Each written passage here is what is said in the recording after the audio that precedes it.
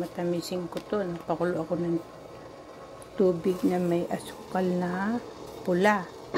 Una, asukal na puti. Ngayon naman, asukal na pula.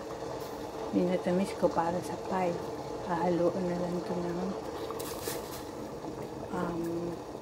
cornstarch na may diluted with water. Tapos, nag-pause na ako na ang paggawa ng pie.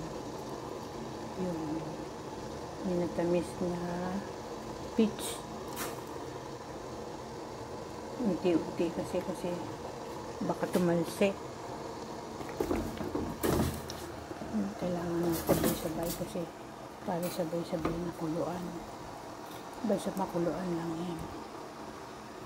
Ayan. Tapos tatakpan. Hihiwain na yan. Tatakpan na